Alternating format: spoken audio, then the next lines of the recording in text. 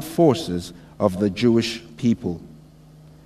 Has he not subjected the barbarous and militant tribes of Arabia to the holy and transforming discipline of Muhammad, his prophet? Arise in his name. Put your trust wholly in him and be assured of ultimate victory.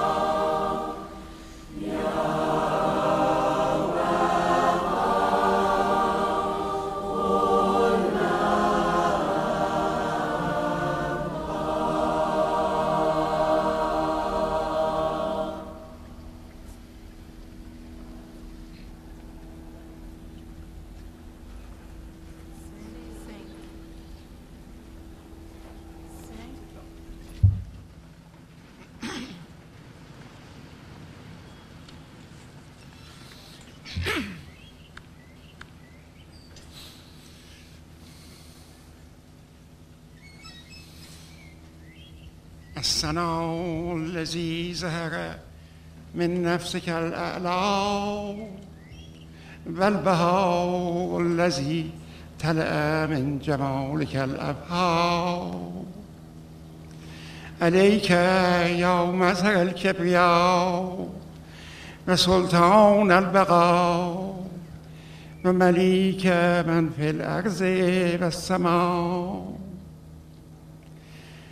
أشهد أن بك زارت سلطنة الله واقتداره وعظمة الله وكبرياؤه، وبك أشرقت شموس القدم في سماء القضاء وطلع جمال الغيب عن أفق البداء. وأشهد أن بحركة من قلمك ظهر حكم الكوف والنون وبرز سر الله المكنون وبدأت الممكنات وبئست الزهورات.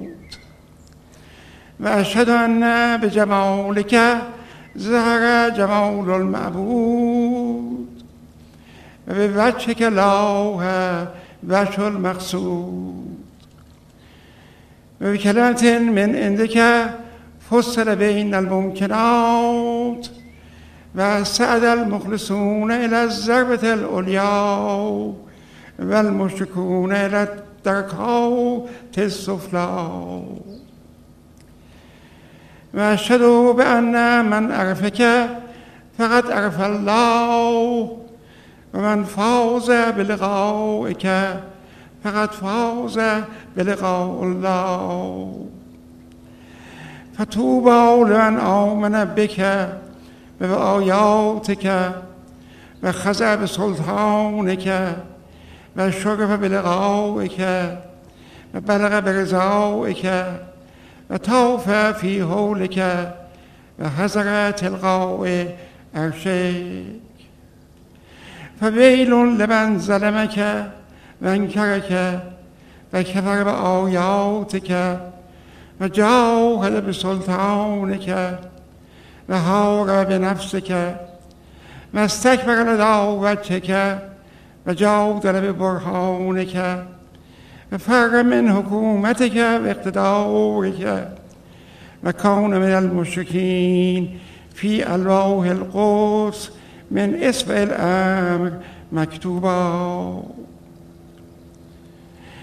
فيا إلهي ومحبوبي فأرسل إلي عن يمين رحمتك إلى آيتك نفحات قدس ألطافك لتجذبني عن نفسي وعن الدنيا إلى شطر قربك ولقائك. إنك أنت المقتدر على ما تشاء وإنك أنت كل شيء محيطا. عليك يا جمال الله ثناء الله وذكره وبهاء الله ونوره. أشهد أن مع وقعتين الإبداع مظلوما شبهك.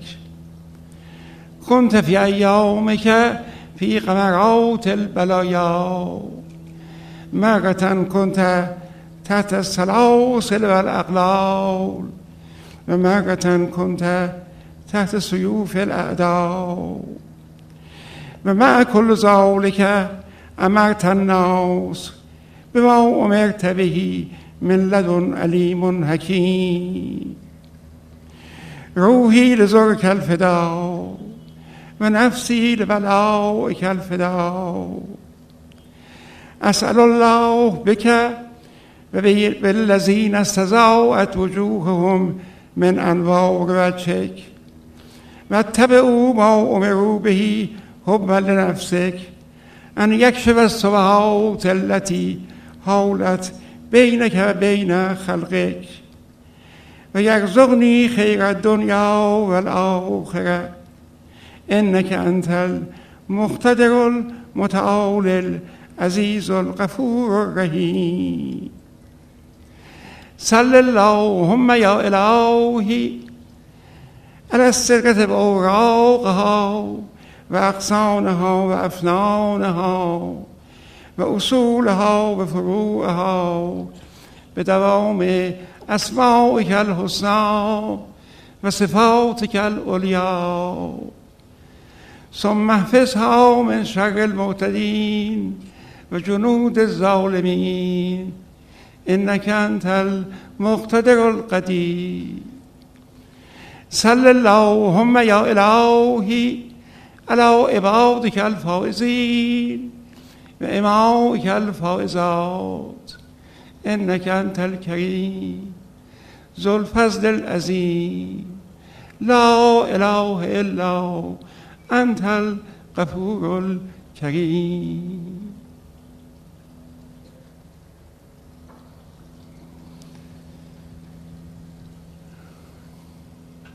He is the all-glorious, O God, my God.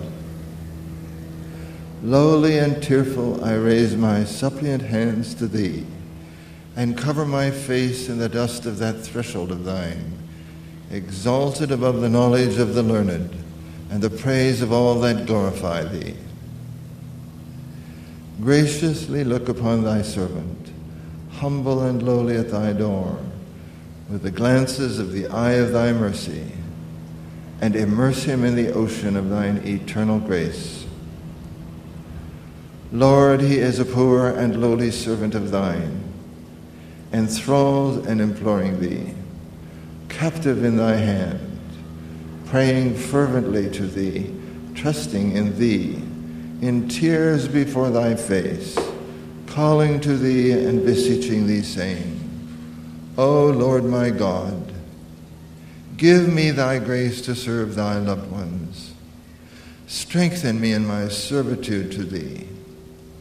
Illumine my brow with the light of adoration in thy court of holiness, and of prayer to thy kingdom of grandeur. Help me to be selfless at the heavenly entrance of thy gate, and aid me to be detached from all things within thy holy precincts. Lord, give me to drink from the chalice of selflessness. With its robe clothe me, and in its ocean immerse me. Make me as dust in the pathway of thy loved ones, and grant that I may offer up my soul for the earth ennobled by the footsteps of thy chosen ones in thy path, O Lord of glory in the highest. With this prayer doth thy servant call thee at dawntide and in the night season. Fulfill his heart's desire, O Lord. Illumine his heart, gladden his bosom, kindle his light, that he may serve thy cause and thy servants. Thou art the bestower, the pitiful, the most bountiful, the gracious, the merciful, the compassionate.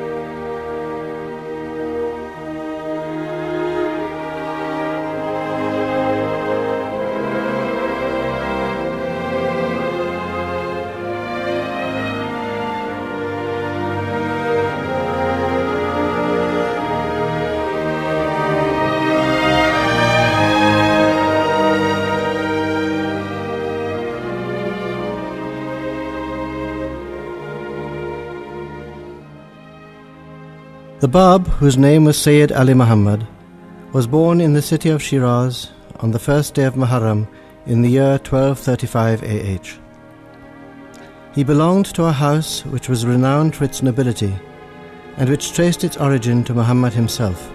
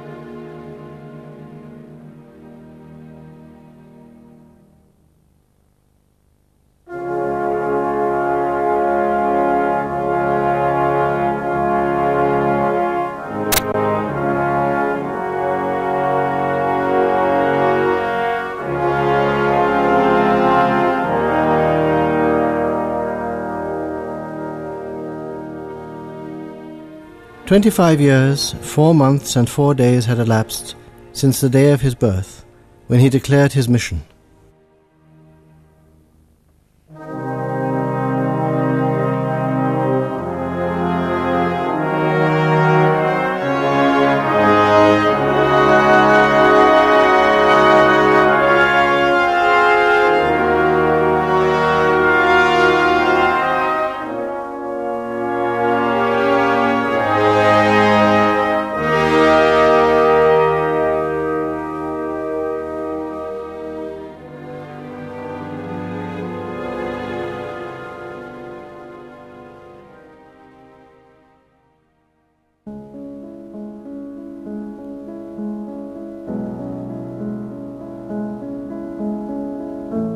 May 23, 1844, signalizes the commencement of the most turbulent period of the heroic age of the Baha'i era, an age which marks the opening of the most glorious epoch in the greatest cycle which the spiritual history of mankind has yet witnessed.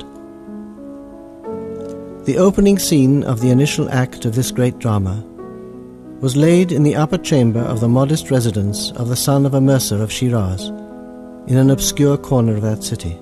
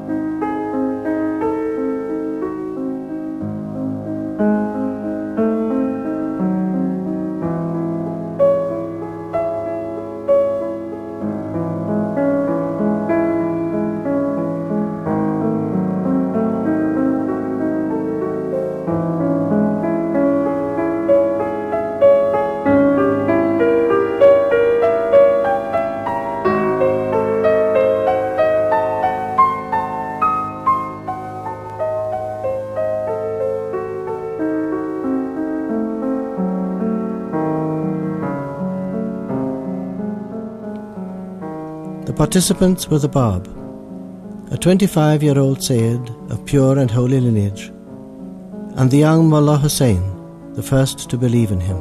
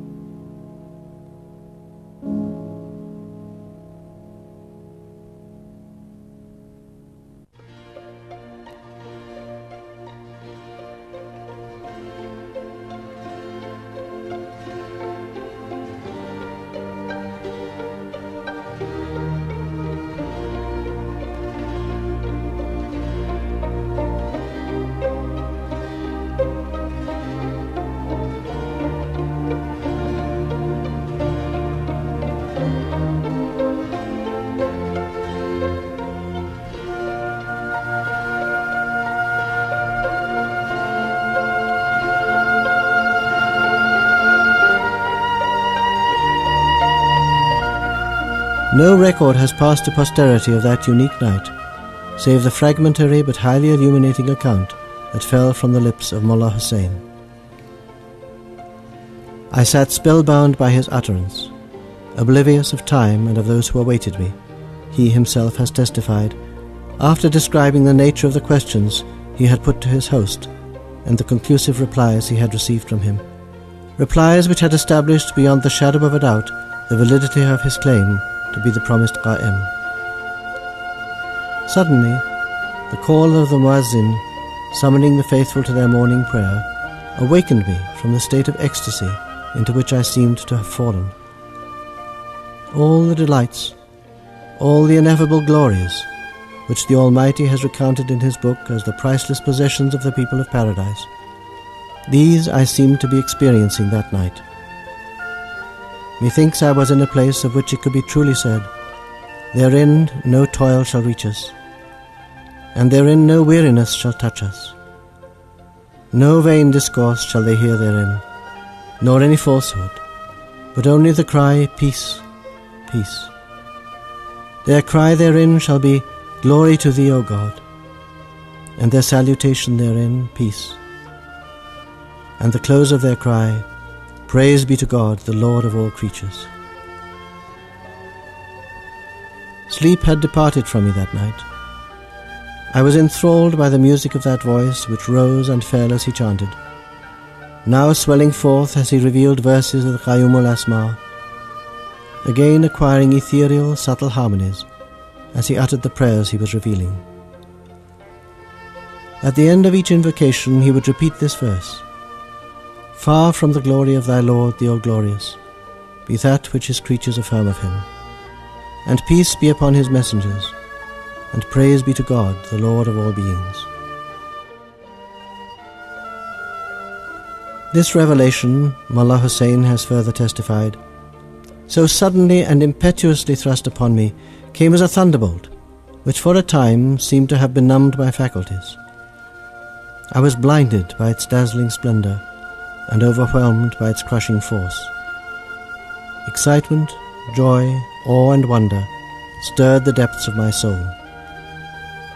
Predominant among these emotions was a sense of gladness and strength which seemed to have transfigured me.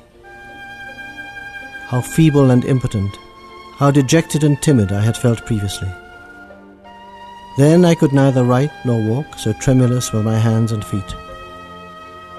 Now, however, the knowledge of his revelation had galvanized my being.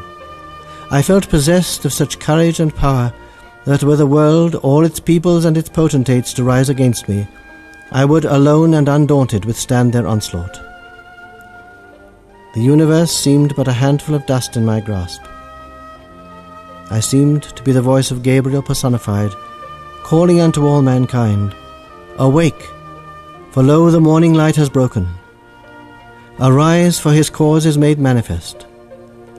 The portal of his grace is open wide. Enter therein, O peoples of the world, for he who is your promised one is come."